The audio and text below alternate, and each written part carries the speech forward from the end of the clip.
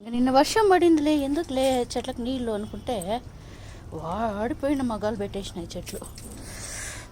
ఇంకే సరేలే అని చెప్పేసి ఆహా ఎంత స్మైల్గా ఉంటాయి, స్మైల్ ఇస్తుంటాయి చూడు చెట్లు. సూర్యుడు చూడు ఎంత బాగున్నాడు అసలు.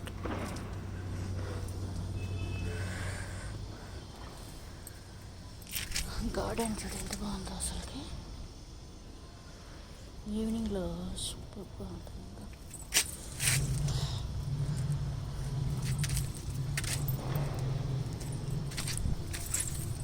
ఇంకా పూలు కోసేసినాము.